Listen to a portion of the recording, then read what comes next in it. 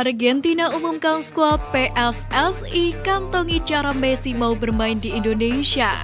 Jelang tur Asia, media Argentina Aire Digital menyebut Federasi Sepak Bola Argentina atau AFA akan mengumumkan daftar pemain yang dipilih oleh Scaloni minggu depan. Selain itu, jadwal pasti dan nama stadion Australia versus Argentina di China dan Indonesia versus Argentina di Jakarta juga akan diumumkan pekan depan. Dalam tur ini, Aire Digital juga meyakini Scaloni akan membawa pemain terbaik untuk laga melawan Australia dan Indonesia, termasuk Lionel Messi dan Angel Di Maria. Di sisi lain, PSSI harus belajar dari pengalaman buruk Malaysia saat Lionel Messi menolak untuk bermain pada laga persahabatan di negara tersebut. Padahal sehari jelang laga, Lapulga pun terlihat serius melakoni sesi latihan. Namun pada hari pertandingan, ternyata kapten timnas Argentina tersebut sama sekali tak terlibat dalam laga. Mengenai ini, pemilik Johor Darul Takzim atau JDT, Tengku Ismail Sultan Ibrahim menyebut bahwa kualitas lapangan Stadion Shah Alam jadi alasan Messi enggan bermain. Tengku Ismail pun menyebut kejadian itu menjadi pukulan telak buat pihaknya. Berhubung laga digelar di Stadion Utama Gelora Bung Karno atau SUGBK, PSSI wajib memastikan kondisi lapangan bagus dan mumpuni. Bila hal itu terpenuhi, maka tidak akan ada alasan buat Lionel Messi menolak bermain melawan timnas Indonesia di FIFA Matchday nanti. Terlebih lagi, CEO Nine Sport Arif Putra Wicaksono selaku promotor mengaku saat melakukan bidding untuk mendatangkan timnas Argentina, pihaknya memasukkan klausul denda atau penalti dengan jumlah besar bila Messi tidak datang dan bermain.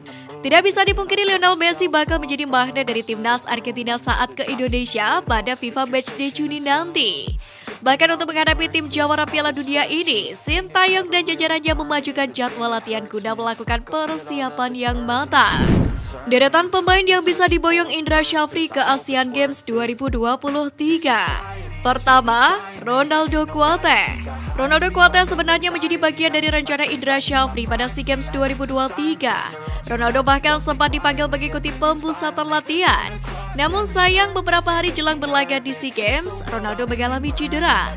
Ronaldo kini sedang menjalani masa pemulihan cederanya. Jika sudah pulih, ia bisa menjadi opsi yang menarik bagi Indra Syafri di lini depan timnas Indonesia U23. Kedua, Elkan Bagot. Dengan postur dan pengalaman yang dimiliki, Elkan Bagot seharusnya bisa menjadi pilihan utama di lini belakang timnas Indonesia U23 pada Asian Games mendatang.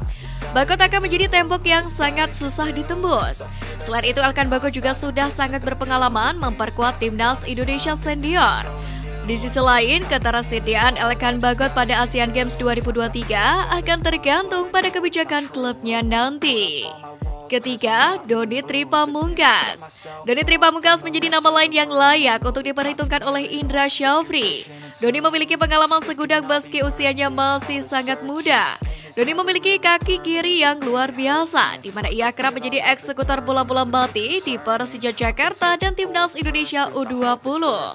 Keempat, Robby Darwish. Soal kemampuan bermain di beberapa posisi berbeda, Robby Darwish adalah jagoannya. Robby bisa bermain di posisi bek kanan, bek tengah, dan gelandang bertahan. Hal itu membuatnya mendapatkan menit bermain yang cukup banyak di Persib Bandung pada Liga 1 kemarin. Robby bahkan mampu menggusur beberapa pemain yang jauh lebih senior. Satu lagi, kemampuan Robby Darwish yang cukup menarik perhatian, ia juga pandai dalam melakukan lemparan ke dalam yang keras dan terukur seperti Pratama Arhan dan Alfeandra Dewangga. Buat ancaman rival, starting line up berbahaya timnas Indonesia dengan tambahan 2 pemain keturunan. Seperti yang kita ketahui bahwa Ivar Jenner dan Rafael Struijk telah melakukan pengambilan sumpah warga negara Indonesia pada Senin pagi kemarin. Dengan demikian, kedua pemain itu dipastikan siap untuk membela timnas Indonesia. Resminya 2 pemain keturunan ini menjadi WNI pun mendapatkan sorotan dari sejumlah media Vietnam. 2 media Vietnam yakni Soha.vn dan Ken14 ketakutan dengan timnas Indonesia yang mendapatkan amunisi baru.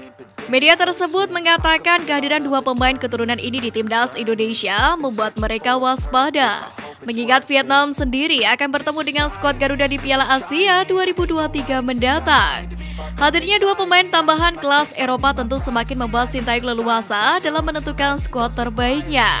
Prediksi starting line up timnas Indonesia pun diyakini akan berubah seiring dengan kehadiran dua pemain keturunan yang baru yakni Rafael Struijk dan Ivar Jenner ini. Meski masih berusia muda, tak menutup kemungkinan keduanya akan diplot sebagai pemain utama oleh sang pelatih Sintayong. Berkaca di FIFA Matchday terakhir Maret lalu melawan timnas Burundi, Sintayong memainkan formasi 3-4-3. Taktik ini diyakini akan semakin matang dengan kehadiran sejumlah pemain keturunan Indonesia. Peran kiper saat ini tampaknya cenderung dipercayakan kepada Syahrul Trisna. Kemudian di lini pertahanan akan dijaga kokoh oleh Elkan Bagot, Jordi Amat, dan Rizky Ridho.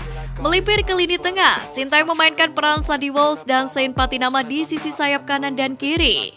Kemudian di tengah, Mark Locke akan ditemani oleh Ivar Jenner. Keduanya memiliki pengalaman di Eropa sebelum resmi menjadi warga negara Indonesia dan tentunya ini akan menjadi keuntungan tersendiri. Kemudian di sisi sayap kanan dan kiri akan diperkuat oleh duet Sadil Ramdhani dan Witan Sulaiman. Mereka akan menyuplai serangan untuk Rafael Struijk sebagai penyerang utamanya.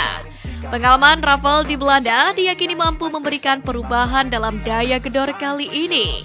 Namun tentu ini hanya sebatas prediksi. Bahkan kita belum berbicara potensi pemain lokal yang juga memiliki performa menjanjikan bersama klubnya dan timnas kelompok umur.